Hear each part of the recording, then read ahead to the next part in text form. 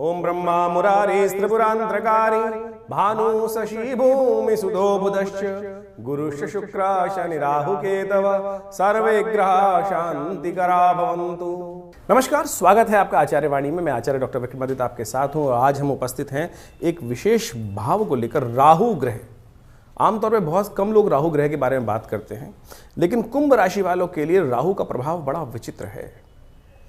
और राहु ने आपकी राशि के अनुसार से यदि हम बात करें तो द्वितीय भाव में चल रहे हैं इस वक्त राहु। अभी कुछ दिन बाद परिवर्तन करके, जैसे हमने कहा राहु का परिवर्तन का योग बनेगा, वो चले जाएंगे आपके लग्न में, आपकी राशि में, और वहाँ राहु जो प्रभाव होगा बड़ा विचित्र होगा। इन दिनों राहु जो चल रहे हैं विशेष तौर पर चल रहे हैं आपके द्वितीय भाव में, बृहस्पति की राशि में चल रहे हैं। और बृहस्पति और राहु का संबंध कतई ठीक नहीं होता। बृहस्पति और जो राहु है, एक देवता है, जो बृहस्पति हैं देवता है, उनके घर में है।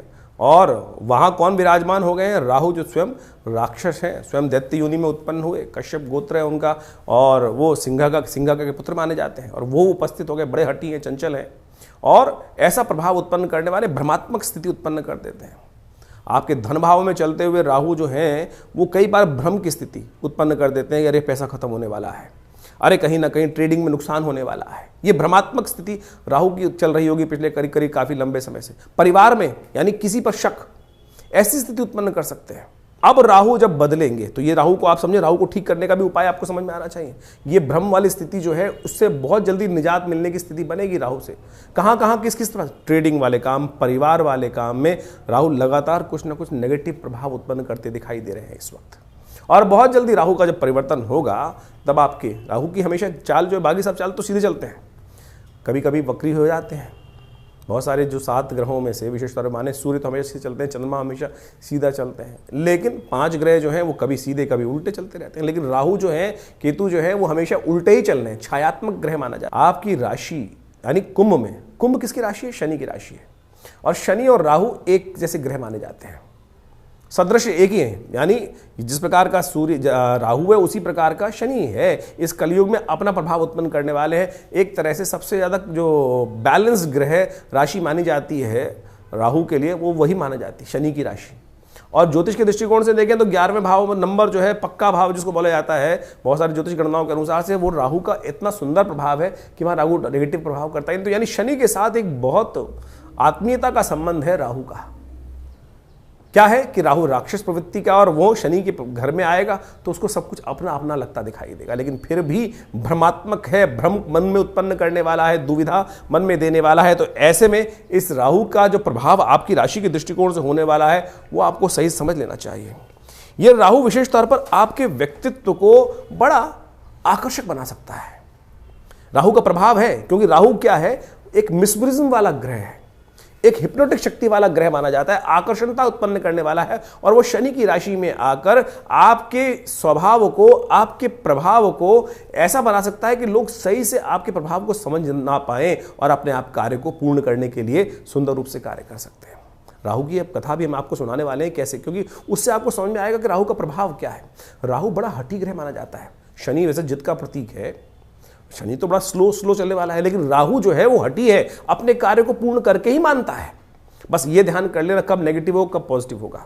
ये राहु जब आपके यहाँ पर आएंगे, जब जहाँ विशेष तौर पर कुंभ राशि में जब विशेष तौर पर अपना योग दिखाएंगे, खेल दिखाएंगे, तो क्या कर सकते हैं राहु महाराज?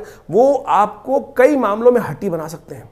अब आपको ये सोचना पड़ेगा कि आपकी राशि के दृष्टिकोण से कि कौन सा हट अच्छा है, कौन सा हट खराब है। कोई अच्छे कार्य करने के लिए हट किया जाए तो बड़ा अच्छा होता है, लेकिन नेगेटिव प्रभावों को करने के लिए, काम करने के लिए हट किया जाए तो वो अच्छा नहीं होता। वैवाहिक जीवन में कई प्रकार की समस्याएं देने का योग राहु डेफिनेटली बना सकता है, क्योंकि उस क्षेत्र में राहु का नेगेटिव प्रभाव होने के योग बनते दिखाई देते हैं। और साथ साथ राहु और शनि के भाव में आकर अब अपने ही घर में है तो क्या कर सकता है? साहस। आप व्यक्ति जो अपने घर में आता है ना, अच्छे घर में आता है, तो वो अपने साहस ही बहुत अच्छा बना देता है। और साथ साथ महत्वाकांक्षा उत्पन्न करने की, बड़ी बड़ी चीज़ों को करने के लिए महत्वाकांक्षा। राहु बड़ा महत्वाकांक्षी ग्रह है। इसको कथा भी अभी आपको समझाने वाले हैं कि वो जिद पूर्वक देवताओं की पंक्ति में जाकर बैठ गया था लाभ लेने के लिए। तो ऐसे में राहु जो है वो बड़े महत्वाकांक्षी भाव को आपके मनोमस्तिष्क में उत्पन्न करने के योग दे सकते हैं। तो ऐसे में राहु को बड़े बैलेंस होकर आपको समझने की जरूरत है। राहु की दृष्टि जो है वो कई प्रकार से कही गई है। कई ज्योतिषियों का मानना है कि राहु की दृष्टि जो होती है वो पंचम भी होती है, नवम भी होती है और साथ में सप्तम तो होती ही है। तो ऐसे में राहु का एक दृष्टि जो है आपके भाग्य पर भी पड़ती दिखाई दे रही है और वो आपको धर्म से विमुख कर सकता है। ध्यान रख लीजिएगा, अगर राहु ने धर्म के भाव व भाग्य के भाव पर दृष्टि डाली और आप धर्म से विमुख हुए तो डेफिनेटली मान लीजिएगा आपके बहुत सारे कार्यों में नेगेटिव प्रभाव, जिद नेगेटिव रूप से परेशान करने के योग बना सकती है, बुद्धि को भ्रमात्मक भी कर सकता है। अब आपको आवश्यकता है बुद्धि को सही रूप से चलाने की। ऐसे में सबसे बड़ी आवश्यकता, कुछ बहुत सारे उपाय शास्त्र में बताए गए हैं, उनको आप सही रूप से करने का प्रयास करेंगे तो बहुत सारी चीज़ों को ठीक करने के रास्ते आप स्वयं बना सकते हैं। कालगणना के अनुसार से हमारे पुराणों इत्यादियों में बहुत सारी कथाएं इंगित की गई हैं। राहु, जैसा हमने आपको बताया, एक बड़ा हठी ग्रह है। आपको उसकी पौराणिक कथा तो समझ में आती होगी, बहुत सारे लोगों को शायद ज्ञान नहीं है, उसके संबंध में समझ लीजिए कि राहु का प्रभाव हठी क्यों है। कहा जाता है संसार के अंदर विशेष तौर पर समय समय पर विभिन्न घटनाएं घटी। एक बार संसार में समस्त कहा जाता है कि देवताओं और दैत्यों ने मिलकर सोचा कि अब संसार में बहुत सारी निधि की समाप्ति हो गई है, बहुत सारे चीज़ें कम हो गई हैं, निधि समाप्त हो गई थी संसार से। महालक्ष्मी जो है वो सागर में विराजमान हो गई थी और पूरे संसार से ऐश्वर्य, समृद्धि इत्यादि धीरे धीरे क्षय हो गई थी। तो कहा जाता है कि आवश्यकता आविष्कार की जननी है। जिस प्रकार से तो देवताओं ने और दैत्यों ने मिलकर कुछ विचार किया, क्यों ना शोध किया जाए, मंथन किया जाए। तो उन्होंने सागर मंथन करने के लिए सुंदर व्यवस्था बनाई।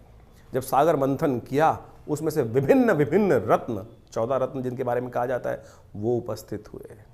महालक्ष्मी उपस्थित हुई, चंद्रमा उपस्थित हुए, ऐरावत हाथी उपस्थित हुआ, उच्च श्रवा घोड़ा उपस्थित हुआ, काल जो जहर था वो उपस्थित हुआ और साथ साथ अमृत भी उपस्थित हुआ। अमृत यानी वो तत्व जो इस संसार में अमरता को प्रदान करते हैं। हम सब मानव हैं और हम सब की इच्छा क्या होती है, किसी प्रकार भी संसार में मृत्यु लोक में आने के बाद जाए ना, अमृत तत्व किसी ना किसी प्रकार से मिल जाए। देवताओं और दैत्यों में भी यही बहस की मुद्दा बना। अमृत तत्व निकला जब मंथन से, रिसर्च करोगे तो कुछ ना कुछ, जब मंथन करोगे तो कुछ ना कुछ अमृत निकल के ही आएगा, कुछ ना कुछ लाभ प्राप्त होगा ही होगा। जैसे दूध को मथा जाए तो उसमें से मक्खन निकलेगा ही। हर एक की इच्छा होती है मक्खन को किसी प्रकार से उपयोग किया जाए, लेकिन जो ग्वाला होता है उसको निकाल कर बेच देता है, पैसा कमा लेता है उससे।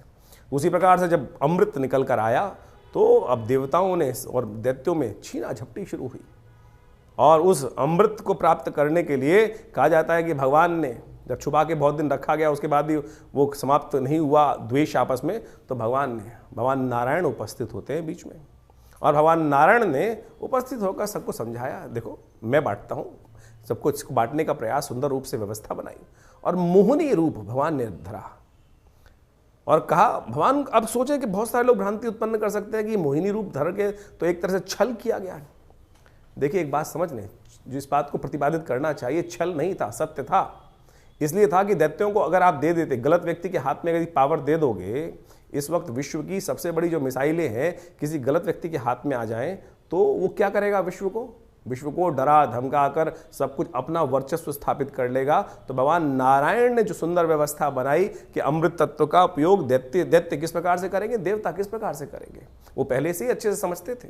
तो उन्होंने सुंदर व्यवस्था को बनाने का प्रयास किया कि दैत्यों को किसी प्रकार भी अमृत नहीं मिलना चाहिए। उन्होंने देवताओं को और दैत्यों को अलग अलग पंक्ति में बिठाया और कहा जाता है कि जैसे ही वो अमृत तत्व उनको पिलाते थे और देवताओं को अमृत पिलाते चले जा रहे थे और जब अपनी माया से वशीभूत करके दैत्यों को सुरा यानी कुछ साधारण जल जो था वो पिलाते चले जा रहे थे। सबको लग रहा था कि अमृत तत्व प्राप्त हो रहा है, लेकिन भगवान का जो स्वरूप था मोहिनी अवतार में सारे संसार को मोहित कर कर इस प्रकार की व्यवस्था बना ली थी। कहा जाता है एक राक्षस था, शास्त्र में उसकी अनेक अनेक कथाएं हैं, लेकिन हमने जितना अध्ययन किया, स्वर्ण नाम का एक राक्षस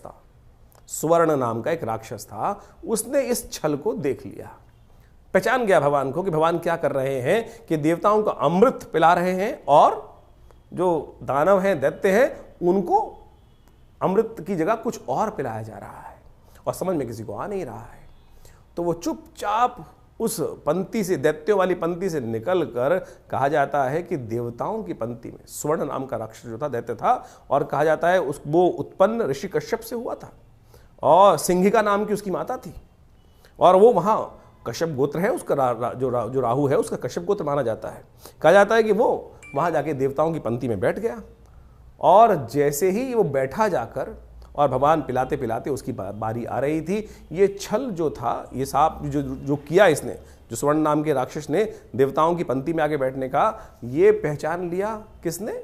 सूर्य ने और चंद्रमा ने। सूर्य और चंद्रमा ने ये सूचना देवराज इंद्र को दी और देवराज इंद्र ने ये सूचना जैसे ही भगवान को दी कि भगवान आप जिसको अमृत पिलाने जा रहे हैं वो देवता नहीं, राक्षस है, दानव है, स्वर्ण नाम का राक्षस है। तो भगवान ने जैसे ही पान करवा रहे थे भगवान उस देवता स्वरूप में बैठे हुए उस राक्षस को, स्वर्ण को, तो उसने जैसे ही पान किया तो भगवान ने जैसे ही उसको मुंह में जा चुका था उसके अमृत जो था, भगवान ने चक्रधारी भगवान ने चक्र चलाकर उसकी गर्दन काट दी। जो मुख था वो राहु बन गया और जो अधोभाग था वो केतु के रूप में उपस्थित हो गया। तो समझे ये स्वभाव कैसा है।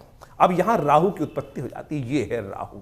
राहु की हठता थी, अमृत तत्व, अमृत का पान कर चुका था तो इसलिए अमर हो गया। हमेशा बहुत सारे लोग राहु को मानते नहीं है कि ग्रह है। अरे भाई वो वास्तविक छाया नहीं, वास्तविक सत्य है, हठी है।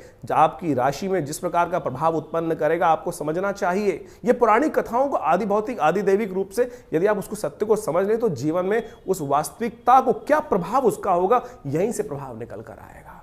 वो राहु का जो प्रभाव है छल रूप से करके, यानी क्या छला उसने?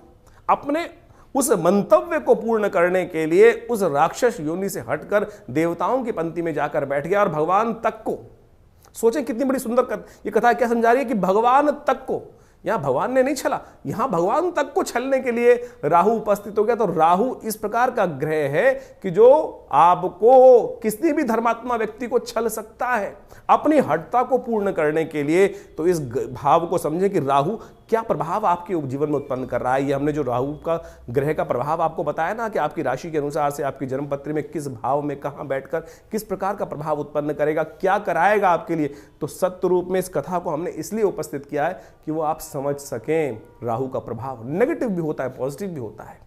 हर व्यक्ति के अनुसार से ऐसा नहीं है कि नेगेटिव ही होगा।